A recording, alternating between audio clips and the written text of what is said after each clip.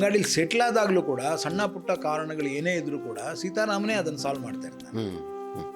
ಆಗ D C ಆಫೀಸ್ದು ಅದೋ ಇದೋ ಏನೇ ಆಗಿದ್ರು ಕೂಡ ಇವನು ಕರ್ಕೊಂಡೋಗಿ ಅದನ್ನೆಲ್ಲ ಇದು ಮಾಡ್ತಿರ್ತಾನೆ. ಯಾವಾಗ ಅಜ್ಜಿ ಸಾಯ್ತಾಳೋ ಅದರ ನಂತರ ಇವನು ಕುಗ್ಗು ಹೋಗ್ತಾನೆ ಶಂಕರ. ಮೂಡೈ ಬಲಿಯೇಂದ್ರ ದೇವರು ದೈದೀಡೊಡು ಸಿರಿಬಂಡಾರ ಸಿಂಗಾರಾದ ತೋಜೊಡು ಈ ಇಲ್ಲಾಡು ಜಾಲು ಪೊಲಿ ಒಚ್ಚೊಡು ಪೊಲಿ ಪೊಲಿ ಪೊಲಿ ಪೊಲಿ. ಇದು ಇದರದು ಇವೆಲ್ಲವೂ ಅಲ್ಲಿ ಬಂದಿದ್ದರಿಂದ. ಆಮೇಲೆ ದಕ್ಷಿಣ ಕನ್ನಡದ ಈ ಸಾಂಪ್ರದಾಯಿಕವಾದಂತಹ ಭಾಷೆ ಮತ್ತು ಕಲೆ ಇದೆಯಲ್ಲ, ಅದನ್ನು ಬೇರೆ ಬೇರೆ ಅರ್ಥದಲ್ಲಿ ನಾನು ನನ್ನ ಎಲ್ಲ ಸಿನಿಮಾಗಳಲ್ಲೂ ಆಯಾ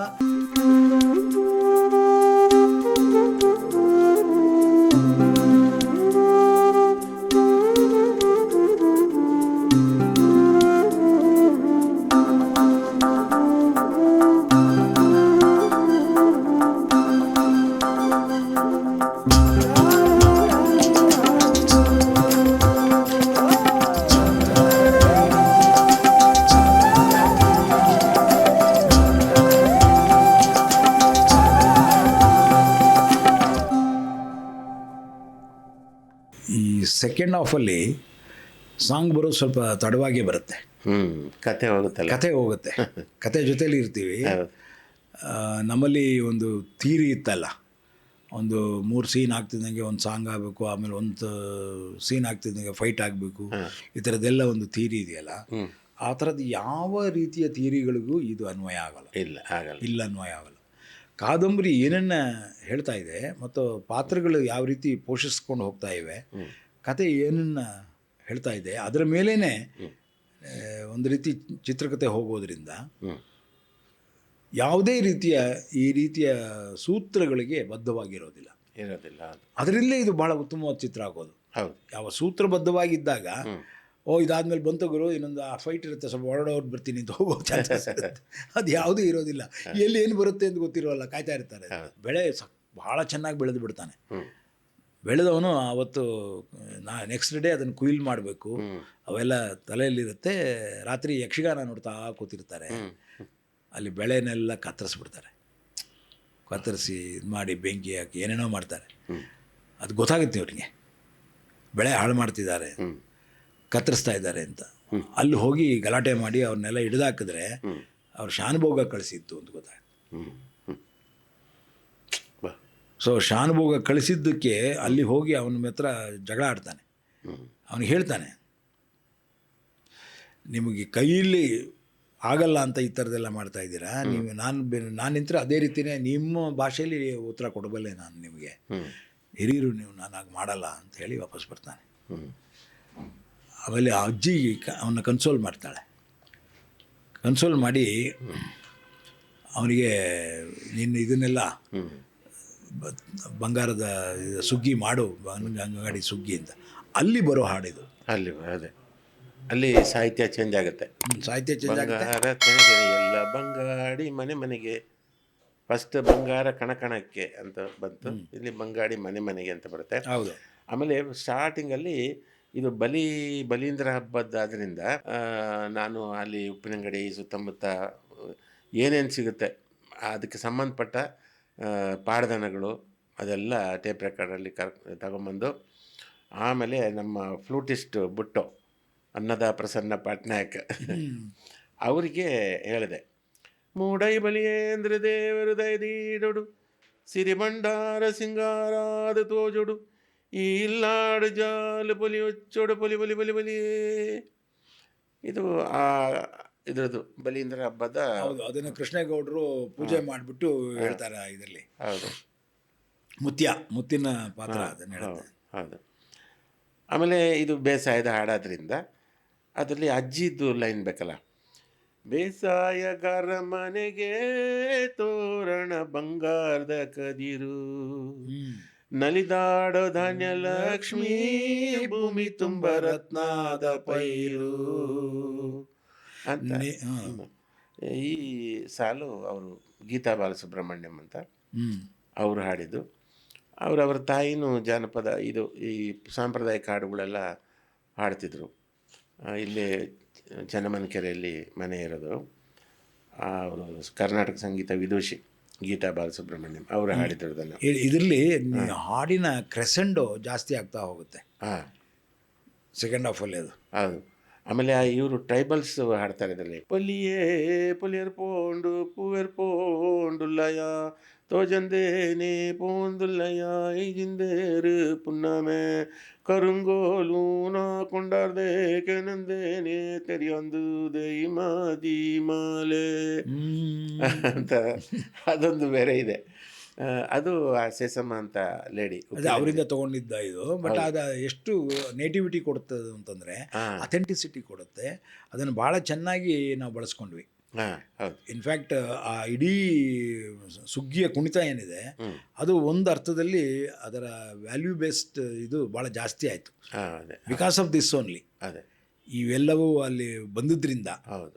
ಆಮೇಲೆ ದಕ್ಷಿಣ ಕನ್ನಡದ ಈ ಸಾಂಪ್ರದಾಯಿಕವಾದಂತಹ ಭಾಷೆ ಮತ್ತು ಕಲೆ ಇದೆಯಲ್ಲ, ಅದನ್ನು ಬೇರೆ ಬೇರೆ ಅರ್ಥದಲ್ಲಿ ನಾನು ನನ್ನ ಎಲ್ಲ ಸಿನಿಮಾಗಳಲ್ಲೂ ಆಯಾ ಪ್ರಾದೇಶಿಕ ಸಂಸ್ಕೃತಿಯನ್ನು ಬಳಸ್ಕೋತೀನಿ. ಪ್ರತಿಯೊಂದರಲ್ಲೂ ಮಾಡ್ತೀನಿ ಅದನ್ನು.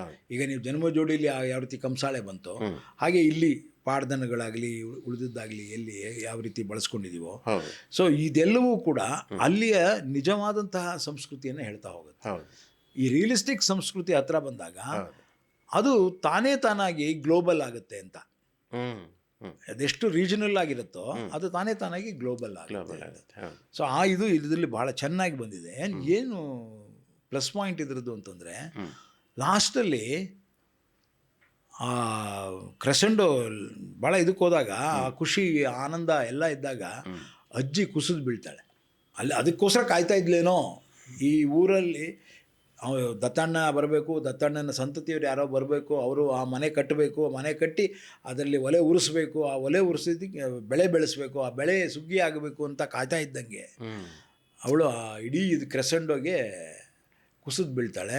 ಅವಳನ್ನ ಎತ್ಕೊಂಡು ಹೋಗಿ ಮನೆಗೆ ಮಲಗಿಸ್ತಾರೆ.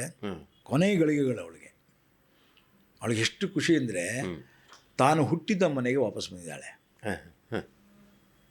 ತನ್ನ ಅಣ್ಣ ದತ್ತಣ್ಣನ ಮೊಮ್ಮಗನ ಕೈಯಲ್ಲಿ ಅವ್ರ ತೊಡೆ ಮೇಲಿದ್ದಾಳೆ. ತನ್ನ ಕೊನೆಯ ಗಳಿಗೆಯನ್ನು ಎಣಿಸ್ತಾ ಇದ್ದಾಳೆ. ಹೀಗೆ ಕತೆ ಭಾಳ ಅದ್ಭುತವಾಗಿ ಅದನ್ನು ರೌಂಡ್ ಆಫ್ ಮಾಡುತ್ತೆ. ಏನಕ್ಕೆ ಅಲ್ಲೂ ಒಂದು ಟ್ವಿಸ್ಟ್ ಕೊಡ್ತಾರೆ. ಶಿವರಾಮ್ ಕಾರಂತರು ಯಾಕೆ ಗ್ರೇಟ್ ಅಂತಂದರೆ, ಹೇಗೆ ಅದ್ಭುತವಾಗಿ ಕಾದಂಬರಿಯ ಪ್ರತಿ ಹಂತದಲ್ಲೂ ಕೂಡ ಕುತೂಹಲವನ್ನು ತೆರೆದಿಟ್ಕೋತಾ ಅದನ್ನು ಮತ್ತೆ ಮತ್ತೆ ಹಿಂದೆ ಮುಂದೆ ಮಾಡ್ತಾ ಅದರಲ್ಲಿ ಕುತೂಹಲವನ್ನು ಹೆಚ್ಚಿಸ್ತಾ ಹೋಗ್ತಾ ಇರ್ತಾರಲ್ಲ, ಹಾಗೆ ಅಲ್ಲಿ ಇನ್ನೇನು ಸಾಯಬೇಕು ಅಂತ ಇದ್ದವಳು ಗಂಗಾಜಲ ತೊಗೊಂಡು ಬಾ ಅಂತಾಳೆ. ಆದರೆ ಗಂಗಾಜಲ ಎಲ್ಲಿದೆ? ಶಾನ್ ಭೋಗರ ಮನೆಯಲ್ಲಿದೆ. ಶಾನ್ ಭೋಗರ ಮನೆಗೆ ಹೋಗಿ ತರೋರು ಯಾರು?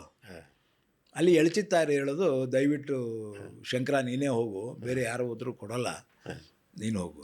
ಇವನು ಓಡ್ತಾನೆ. ಓಡಿ ಸೀದಾ ಹೋಗಿ ದೇವ್ರ ಮನೆಗೆ ಹೋಗಿ ಅದನ್ನು ತೊಗೊಳಕ್ಕೆ ಅಂತಲೇ ಓಡ್ತಾ ಇರ್ತಾನೆ. ಒಳಕ್ಕೆ ನಿಲ್ಲಿಸ್ತಾನೆ ಅವನು ಶಾನ್ ಭೋಗ. ಯಾಕೆ ಬಂದೆ ನೀನು ಅಂತ. ಓಹೋ, ಸಾಯಕ್ಕೆ ನಿಮ್ಮನೆ ಬೇಕಾಗಿತ್ತು ಅಂತ ಅವಳು ವ್ಯಂಗ್ಯವಾಗಿ ಆಡ್ತಾನೆ. ಅದೆಲ್ಲ ತಡ್ಕೊಂಡು ದಯವಿಟ್ಟು ಕೊಡಿ ಅಂತ ಕೇಳ್ತಿರ್ತಾನೆ. ಕೊಡಲ್ಲ, ಹೋಗು ಅಂತ ಕಳಿಸ್ತಾನೆ.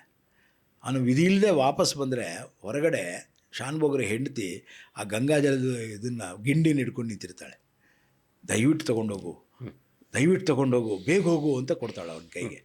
ಅದನ್ನು ನೋಡ್ತಾನೆ ಶಾನ್ ಭೋಗ. ಏಯ್ ಯಾಕೆ ಹಿಂಗೆ ಮಾಡ್ತೀನಿ, ಸಾಕು ಸುಮ್ಮನೆ ಇರಿ ಅಂತ ಫಸ್ಟ್ ಟೈಮ್ ಅವನ ಹೆಂಡತಿ ಪ್ರೊಟೆಸ್ಟ್ ಮಾಡಿ ಹೋಗ್ತಾನೆ. ಅವನು ಎತ್ಕೊಂಡು ಓಡಿ ಬರ್ತಾನೆ. ಹೆಣ್ಣುಮಕ್ಕಳಿಗೆ ಭಾಳ ತಟ್ಟುವಂಥ ದೃಶ್ಯ ಅದು. ಅದು ಹಳ್ಳಿ ಹೆಣ್ಮಕ್ಳಿಗಂತೂ ಅವರು ಇದೆಲ್ಲ ಅನುಭವಿಸಿರ್ತಾರೆ. ಸೊ ಅವನು ಬಂದು ಗಿಂಡಿಯಿಂದ 2 ತೊಟ್ಟು ಹಾಕ್ತಿದ್ದಂಗೆ ದತ್ತಣ್ಣ ಅಂದ್ಕೊಂಡು ಅವಳು ತೀರ್ಕೋತಾಳೆ. ಆದರೆ ತೀರೋಕ್ಕೆ ಮುಂಚೆ ಒಂದು ಆಸೆ ನಂದು ಅಂಥೇಳಿ ಅವಳ ಕೈ, ಶ್ರೀಮತಿ ಕೈಯನ್ನು ಇವನ ಕೈನಲ್ಲಿಟ್ಟು ಇಲ್ಲಿ ಶಂಕರ ಮತ್ತು ಸೀತಾರಾಮನ ಪಾತ್ರ ಇದೆಯಲ್ಲ, ಇಬ್ಬರು ಫ್ರೆಂಡ್ಸು, ಬನಾರಸ್ಸಲ್ಲಿ ಒಟ್ಟಿಗೆ ಓದ್ದವರು. ಎಷ್ಟು ಒಂದು ಹೇಳಲಿಲ್ಲ ನೀವು. ಯಾವುದು? ಸೀತಾರಾಮ ಯಾರು? ರಾಜು ಅನಂತ ಸ್ವಾಮಿ. ಯಾಕಂದರೆ ಈ ಜನ್ರೇಷನ್ಗೆ ಗೊತ್ತಿಲ್ಲ. ರಾಜು ಅನಂತ ಸ್ವಾಮಿ ಗೊತ್ತಿರುತ್ತೆ ಹೆಸರು ಕೇಳಿ, ಅದು ರಾಜು ಅನಂತ ಸ್ವಾಮಿ ಅಂತ ಗೊತ್ತಿಲ್ಲ. ಅವನು ಆ್ಯಕ್ಟ್ ಮಾಡ್ತಾ ಇದ್ದ, ಹಿಂಗೆ ಮಾಡಿದಾನೆ ಅಂತ ಐಡಿಯಾ ಇಲ್ಲ. ಬರೀ ಹಾಡ್ತಿದ್ದ ಅನಂತ ಸ್ವಾಮಿಯವರ ಮಗ, ಹಂಗಾಗಿ ಯೋಚನೆ ಮಾಡಿರ್ತಾರೆ ರಾಜು ಅನಂತ ಸ್ವಾಮಿ ಕಂಪೋಸರ್, ಮ್ಯೂಸಿಕ್ ಡೈರೆಕ್ಟರ್, ಸಿಂಗರ್ ಅಂತ. ಬಟ್ ಒಂದು ರೋಲ್ ಮಾಡು ಅಂತ ಅವ್ನು ಕೇಳಿದಾಗ ಫಸ್ಟ್ ರೆಫ್ಯೂಸ್ ಮಾಡಿದೆ, ಬೇಡ ಅಂಕಲ್ ನೀವು ಸುಮ್ಮನೆ ನನ್ನ ಸಿಗಾಕ್ಸ್ಬೇಡಿ ಅಂತ. ಅಲ್ಲ ಕಣ, ನಿಂಗೆ ಚೆನ್ನಾಗಿ ಸೂಟ್ ಆಗುತ್ತೆ ಮಾಡೋ, ನೀನು ಎಲ್ಲೆಲ್ಲೋ ಮಾಡ್ತೀಯ, ರಾತ್ರಿ ಆದರೆ ಮಾಡ್ತಾ ಇರ್ತೀಯ, ಈಗ ಮಾಡೋ ಅಂತ ಶುರು ಮಾಡ್ತಿದ್ದೆ. ಅದಕ್ಕೆ ಆಮೇಲೆ ರೇಗಿಸ್ಕೊಂಡು ಕೊನೆಗೂ ಒಂದಕ್ಕೆ ಒಪ್ಕೊಂಡ. ನಾನು ಅವನು ಕೂತ್ಕೊಂಡು ರಾಜರತ್ನಂ ಅವರ ರತ್ನನ ಪದಗಳನ್ನ ಒಂದು ಅರ್ಥದಲ್ಲಿ ಮೈಸೂರು ಮಲ್ಲಿಗೆ ಹಾಗೆ ಮಾಡಬೇಕು ಅಂತ. ಹೇಗೆ ಮೈಸೂರು ಮಲ್ಲಿಗೆ ಒಂದು ಹವಾ ಕೊಡ್ತದ್ದು, ನರಸಿಂಹಸ್ವಾಮಿಗಳ ಕವನಗಳನ್ನ ಇಟ್ಕೊಂಡು ಮಾಡಿದ್ದು, ಹಾಗೆ ರತ್ನನ ಪದಗಳನ್ನ ಇಟ್ಕೊಂಡು ನಾವು ಒಂದು ಕತೆ ಮಾಡಿ ಅದಕ್ಕೆ ಜಸ್ಟಿಫಿಕೇಶನ್ ಕೊಡಬೇಕು ಅಂತ. ಆಗಲಿಲ್ಲ ಅದು. ಇಬ್ಬರು ಸುಮಾರು ಒಂದು 6 ತಿಂಗಳೇನೋ ಕೂತ್ಕೊಂಡು ಮಾಡಿದ್ವಿ ವರ್ಕು. ಪ್ರೊಡ್ಯೂಸರು ಇದ್ದಲ್ಲ, ಅವ್ರ ತಲೆಗೆ ಹೋಗಲ್ವಲ್ಲ ಅದು, ಹಾಗಾಗಿ ಅದು ಆಗಲಿಲ್ಲ. ಅದಾದಮೇಲೆ ಇದನ್ನ ನೀನು ಆ್ಯಕ್ಟ್ ಮಾಡು ಅಂತ ಇಲ್ಲಿ ಕರೆದಾಗ ನೀವು ಹೇಳಿದ್ರೆ ಮಾಡ್ತೀನಿ ಅಂಥೇಳಿ ಬಂದ. ಭಾಳ ಚೆನ್ನಾಗಿ ಮಾಡಿದ್ದಾನೆ. ಎಷ್ಟು ನ್ಯಾಚುರಲ್ ಆಗಿರುತ್ತೆ ಇದು ಅಂದರೆ, ಅವನ ಮಾತು, ಅವನ ಭಾಷೆ ಮತ್ತು ಇದು ಎಲ್ಲವೂ ಭಾಳ ಚೆನ್ನಾಗಿ, ಮ್ಯಾನರಿಸಮ್ಸ್ಗಳು ಎಲ್ಲ ಭಾಳ ಚೆನ್ನಾಗಿ ವರ್ಕೌಟ್ ಆಯ್ತು, ಚೆನ್ನಾಗೂ ಕಾಣ್ತಾರೆ. ಸೊ ಅವನು ಇಬ್ಬರು ಶಂಕರ ಮತ್ತು ಸೀತಾರಾಮ ಇಬ್ಬರು ಬನಾರಸ್ನಿಂದ ಜೊತೆಗಿದ್ದವರು, ಜೊತೆಗೇ ಬೆಳ್ಕೊಂಡು ಬಂದವರು. ಅವನು ಯಾವಾಗ ಬಂಗಾಡಿಗೆ ಬರ್ತಾನೋ ಅದಕ್ಕೂ ಮೂಲ ಕಾರಣ ಇವನೇ ಆಗಿಬಿಡ್ತಾನೆ. ಯಾಕೆಂದರೆ ಇವನು ಕರ್ಕೊಂಡು ಬಂದು ಬಂಗಾಡಿ ತೋರಿಸಿರ್ತಾನೆ. ಬಂಗಾಡಿಲಿ ಸೆಟ್ಲ್ ಆದಾಗಲೂ ಕೂಡ ಸಣ್ಣ ಪುಟ್ಟ ಕಾರಣಗಳು ಏನೇ ಇದ್ದರೂ ಕೂಡ ಸೀತಾರಾಮನೇ ಅದನ್ನು ಸಾಲ್ವ್ ಮಾಡ್ತಾ ಇರ್ತಾನೆ. ಇವಾಗ DC ಆಫೀಸ್ದೋ ಅದೋ ಇದೋ ಏನೇ ಆಗಿದ್ರೂ ಕೂಡ ಇವನು ಕರ್ಕೊಂಡೋಗಿ ಅದನ್ನೆಲ್ಲ ಇದು ಮಾಡ್ತಿರ್ತಾನೆ. ಯಾವಾಗ ಅಜ್ಜಿ ಸಾಯ್ತಾಳೋ ಅದರ ನಂತರ ಇವನು ಕುಗ್ಗು ಹೋಗ್ತಾನೆ ಶಂಕರ. ಅವನನ್ನು ಮತ್ತೆ ಕೆಲಸಕ್ಕೆ ಹಚ್ಚೋ ಅಂಥದ್ದು ಸೀತಾರಾಮ ಬಂದು ಅವನಿಗೆ ಇದು ಮಾಡಿದಾಗ. ಸೊ ಇದರಲ್ಲಿ ಈಗಾಗಲೇ ಅಜ್ಜಿ ಏನು ಮಾಡಿರ್ತಾಳೆ, ಇವ್ರು ಶ್ರೀಮತಿ ಮತ್ತು ಶಂಕರನ ಕೈಯನ್ನು ಒಂದರ ಮೇಲೆ ಒಂದು ಇಡಿಸಿ ಸತ್ತೋಗಿರ್ತಾಳೆ. ಸೊ ಅವ್ರ ಇಂಟೆನ್ಷನ್ ಏನು ಅನ್ನೋದು ಕ್ಲಿಯರ್ ಆಗಿಬಿಟ್ಟಿದೆ. ಆ್ಯಂಡ್ ಶ್ರೀಮತಿಗೆ ಮಚ್ ಮೋರ್ ಕ್ಲಿಯರ್ ಇವನೇ ನನ್ನ ಗಂಡ ಅಂತ. ಸೊ ಅಂಥ ಸಮಯದಲ್ಲಿ ಅಜ್ಜಿಯ ಸಾವಿನ ನಂತರ ಮತ್ತೆ ಇವನನ್ನು ನೋಡೋಕ್ಕೆ ಬಂದಿರ್ತಾನೆ ಸೀತಾರಾಮ. ಬಂದವನು ಅವನಿಗೆ ಒಂದು ರೀತಿ ಒಂಥರ ಪುಷ್ ಮಾಡ್ತಾನೆ, ಇರಬೇಕು ಕಣೋ, ಅದಕ್ಕಾಸೆ ಯಾತಕ್ಕಾದರೂ ಬದುಕಲೇಬೇಕಲ್ಲ, ನಾವು ಬದುಕಬೇಕು ಮಾಡಬೇಕು ಅನ್ನೋದೆಲ್ಲ ಹೇಳ್ತಾ ಯಾರಿಲ್ದಿರು ನೋಡು ಆ ಹುಡುಗಿ ನಿನಗೋಸ್ಕರ ಇದ್ದಾಳೆ, ಮನೆಯಲ್ಲೇ ಬೆಣ್ಣೆ ಇಟ್ಕೊಂಡು ಊರೆಲ್ಲ ಅಲಿತಾ ಇದ್ದಾರಲ್ಲ, ಆ ಥರ ಆಗೋಯ್ತಲ್ಲ ತೂಪಕ್ಕೆ ಅಂತ ಆ ಥರ ಎಲ್ಲ ರೇಗಿಸ್ತಾನೆ. ಅದು ಇವಳ ಮನಸ್ಸಿನ ಮೇಲೆ ಪರಿಣಾಮ ಬೀರುತ್ತೆ. ಓಹೋ, ನನ್ನ ಬಗ್ಗೆನೇ ಹೇಳ್ತಿದ್ದಾರೆ, ಶಂಕರಂಗೆ ನನ್ನ ಬಗ್ಗೆ ಈಗ ಆಸೆ ಇದೆ ಅಂತ ಈ ಥರದ್ದೆಲ್ಲ ಅವಳಿಗೆ ಬರುತ್ತೆ. ಅದರಿಂದಾಗಿ ಅವಳು ಅಲ್ಲಿ ಒಂದು ಅವಳ ವ್ಯೂ ಪಾಯಿಂಟಲ್ಲಿ ಒಂದು ಹಾಡು ಶುರುವಾಗುತ್ತೆ.